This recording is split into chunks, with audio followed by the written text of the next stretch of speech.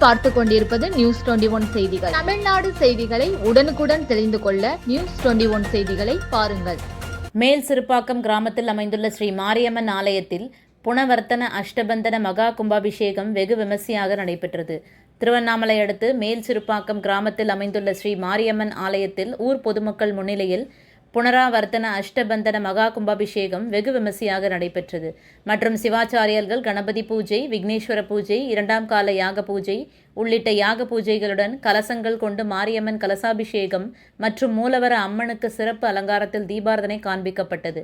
இதில் பொதுமக்கள், பக்தர்கள் என பலர் கலந்து கொண்டு சாமி தரிசனம் செய்தனர்.